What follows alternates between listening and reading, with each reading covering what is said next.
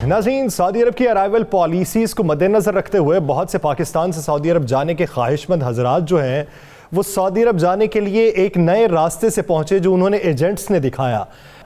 Kenya के दारुल हुकूमत Nairobi पहुंच गए। 22,000 के करीब थे जो पाकिस्तानी पहुंचे। अभी तक 14,000 वहीं पर मौजूद हैं। उनकी हालत क्या है, क्या वजूहात हैं, राना साहब से जानेंगे। राना साहब, 22,000 में से 1,000 से ऊपर जो अफराद हैं वो तो सऊदी अरब रवाना हो गए, 14,000 का क्या बना? 14,000 इस वक्त जो है यासर बेचारे जलील हो रहे हैं, रुसवा हो रहे हैं। वो इस वक्त खुले आसमान के तले बैठे हुए हैं। वहाँ पर उनके साथ इंसानों क्या जानवरों से बदतर सलूक हो रहा है। यासर हुआ ये कि चूँकि सऊदी अरब ने पाकिस्तान को उस लिस्ट में रखा हुआ है कि जिस पे अभी डायरेक्ट फ़्लाइट्स नहीं जा सकती, डायरेक्ट वो नहीं जा सकते। उन्होंने वाज़ेह कहा कि 14 दिन का टाइम करें किसी भी मुल्क में।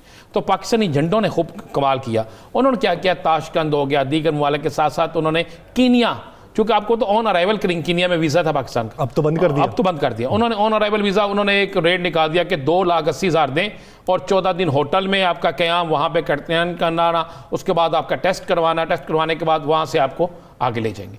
अब पाकिस्तान से 22,000, मैं आपको बताऊँ जून से लेकर सितंबर तक 22,000 के करीब लोग जो हैं वो चले गए मुख्तलिफ एयरलाइंस के ज़रिए।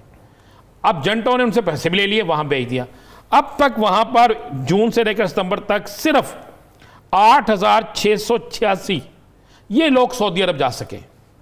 बाकी बेचारे पाकिस्तानी जिनके पास कामा है, जो सऊदी अरब में मजदूरी करते हैं, वो इस तरह वहीं पे मौजूद हैं। अब हुआ क्या कि एजेंटों ने ऐसा ड्रामा किया कि एजेंटों ने बाकायदा उनको जो होटलों के वोचर दिए, वो होटलों में गए, होटल थे ही नहीं। होटल ही नहीं थे, यानी बुकिंग तो अलग बात, होटल ही नहीं थे। बुकिंग होटलों के नाम थे, होटलों में बुकिंग नहीं थी। जहां बुकिंग थी वहां पता चला कि 3 दिन की बुकिंग है जी, बाकी तो आपकी बुकिंग ही नहीं है। अब होता यह है कि वहां पे उनको बेचारों को एक तो वीजा मिला 15 दिन का, 1 माह का, इससे ज्यादा वीजा ऑन अराइवल नहीं होता ना। जब वीजा वहां पे मिला, अब उनको उस दौरान में कट-9 करना था, वहीं पे खाना मिलना था, वहीं पे पानी मिलने थे, वहीं पे उनकी रहाइश थी।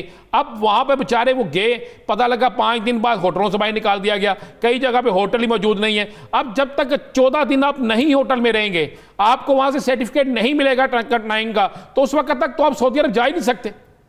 अब वहां हालात ये हो गए कि सैकड़ों नहीं हजारों की तादाद में पाकिस्तानी, आपको ये फुटेज नजर आ रही है, होटलों के बाहर बेचारे बिल्कुल बहुत से लोग तो हैं जो ओपन बिल्कुल लेटे हुए हैं, जमीन पे लेटे हुए हैं। अच्छा, कुछ बेचारे जो हैं इसमें कितनी सदाकत है कि कीनिया की जो हुकूमत है उन्होंने इन पाकिस्तानियों को डीपोर्ट करने का फैसला कर लिया? जी बिल्कुल कर लिया। वजारतें उनकी जो खारजा है, उन्होंने बाकायदा इस हवाले से, ये उनकी अपनी खबर है, उनके न्यूज़ चैनल्स पे ये खबर चली है, हमारे पास वो खबर मौजूद है। उन्होंने कहा जी आप वो चेक करना शुरू कर रहे हैं जिनके वीज़े जो हैं एक्सपायर हो गए हैं, जो होटलों में नहीं है। वो कह रहे हैं हमारे मुल्क में कहीं कि ये ना हो जाए कि यहाँ पे भी कोरोना फैल जाए, ये ओपन जब फिरेंगे आप तो कुछ ना कोई ऐसा मसला ना हो जाए, किसी उनके शख्स से इनके शख्स में कोरोना जो है वहाँ से फैलता ज़्यादा ना बढ़ जाए। अब उन्होंने चेकिंग शुरू, आज से चेकिंग शुरू हो गई है। वहाँ पर जिनके वीज़े ख़त्म हो चुके होंगे वो उन्हें पकड़ेंगे, रिपोर्ट करेंगे। लेकिन मुझे बताइए वो ट्रैवल एजेंट माफिया जिन्होंने इनको भेजा, जिन्होंने पैसे लिए, वो कहाँ गए?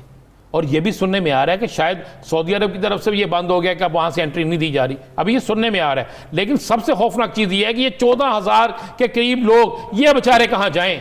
ना वहाँ पे सफारत खाना पूछ रहा है। अब हमने भी कोशिश की है, आपने भी रब्ता करने की कोशिश की है, हमारे जो सफ़ीर है कोशिश तो बहुत की हमने, बेहतर होता कि उनसे राबिता हो जाता, लेकिन उनके मोबाइल नंबर्स बन जा रहे हैं। बिल्कुल बन जा रहे हैं। अब ये बेचारे जो हैं, जब हमेशा खान साहब बात करते हैं कि ओवरसीज पाकिस्तानी के लिए, ये जो ओवरसीज पाकिस्तानी हैं जो सऊदी अरब में जाके पैसे कमा के पाकिस्तान भेजते हैं, अब उनके घर वाले यहाँ पे बेचारे जलील हो रहे हैं, बेचारे दुआएं कर रहे हैं। जलील होने वाली सही उधार उठा के लेके गए हैं वो बेचारे, वो इस आस में है कि हमारे बच्चे वहां पहुंचेंगे, कमाई करेंगे, हमें भेजेंगे, हमारे घर का चूल्हा जलेगा। वो वहां पे सड़कों पे बैठे हुए हैं, उनको पूछने वाला कोई नहीं है, कोई सफारत खाना उनको पूछने वाला नहीं है। एयरलाइंस वाले जो है वो गायब हो गए वहां से, एजेंट माफिया फोन सुनने के लिए तैयार नहीं है। तो ये हो रहा है। 14,000 से ज्यादा पाकिस्तानी इस वक्त कीनिया के नैरोबी शहर में वहां पे बेयारो मददगार हैं और उनको डिपोर्ट करने के। और मैं एक और बता दूं, पाकिस्तानियों का वहां पे ऑन अराइवल वीजा भी बंद हो गया जी।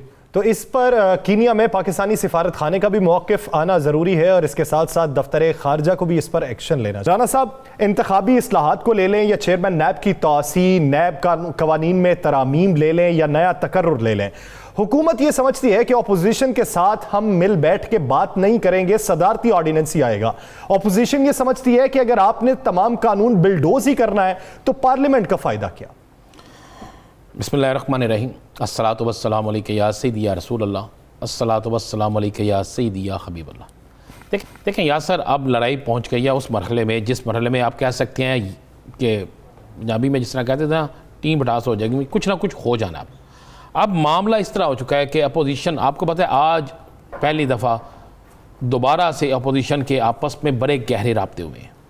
आज 6 जमातों के आपस में राब्ते हुए, जिसमें मुस्लिम लीग नून, पीपल्स पार्टी नून लीग रब्ता हुआ है, मौलाना फजलुर रहमान जो है उनका पीपल्स पार्टी की एक शख्सियत से रब्ता हुआ है, मुस्लिम लीग नून जो है उसका ANP की एक शख्सियत से रब्ता हुआ है। यानी आपस में दोबारा राब्ते शुरू हो गए हैं कि किसी तरीके से आने वाले इंतखाबात के हवाले से, चेयरमैन नैब के हवाले से, इंतखाबी इस्लाहात के हवाले से कोई सख्त रद्द-ए-अमल दिया जाए।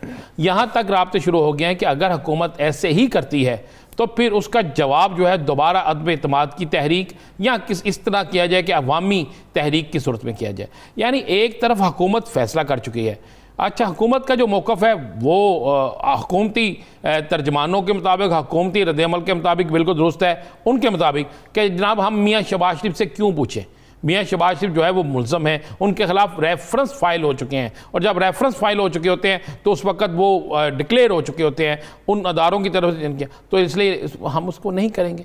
दूसरी तरफ आप चले जाते हैं, जो अपोजिशन वो किसी सूरत में मौजूदा चेयरमैन नैब को बर्दाश्त करने के लिए तैयार नहीं है, क्योंकि मैंने पहले भी कहा था पाकिस्तान की तारीख में पहली दफ़ा हुआ है कि तगड़े सियासतदानों पे हाथ पर है। ये पहली दफ़ा हुआ है, इससे पहले ऐसा नहीं होता था। तगड़े सियासतदानों पे हाथ पर है, तगड़े लैंड माफिया पे हाथ पर है, तगड़े ब्यूरोक्रेट्स पे हाथ पर है, तगड़े लोगों पे हाथ पर है, और बहुत से ऐसे लोग, रिकवरी हुई है या नहीं हुई इसको ज़रा साइड पे रख देते हैं, लेकिन पहली दफ़ा ऐसे लोगों को अदालतों के चक्कर लगाते देखा है कि जिन लोगों के मतलब ये मशहूर था कि इनको कोई अदारा नहीं पकड़ सकता। याद होगा एक पाकिस्तान के बहुत बड़े लीडर ने कहा था देखेंगे नैब हमारी तरफ किस तरह आती है, और अब वो नैब की पेशियाँ भी भुगतते हैं। या सर याद है ना आपको, एक बड़ा नाम बात कर रहे हैं साबिक सदर का, और एक साबिक वज़ीर आज़म जो हैं वो नाअहल हो चुके हैं।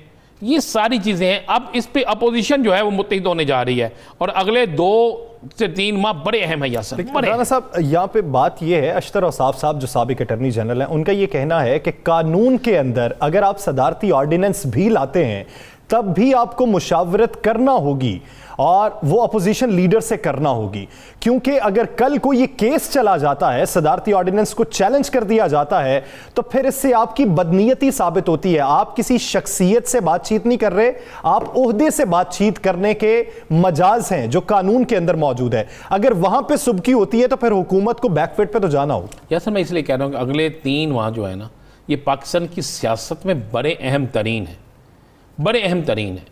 इसको ज़हन में रखिएगा। ये जो मुख्तलिफ आवाज़ें आ रही हैं ना, कोई कह रहा है कि जनाब ये चेयरमैन नैब की तैनाती या तकर्री या तोसी, और उसके बाद दूसरा लफ्ज़ इस्तेमाल किया जा रहा है कि इंतहाबी इस्लाहात का बिल जो होना है, सेशन होना है उसमें।